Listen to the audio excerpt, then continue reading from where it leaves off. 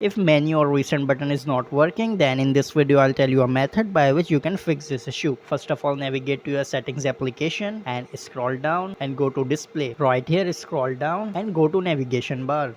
And at this window, change to swipe gesture and these buttons will be removed. Then go back to buttons and the button will most likely be fixed. However, if the issue still remains, then tap on more options, then try switching the order like this and the button will most likely be fixed. However, if the issue still remains, then what you can do is restart your device. To restart, simply hold the power button for 2 seconds like this, and from here you can easily restart your device. However, if the issue still remains, then you can check for any software updates.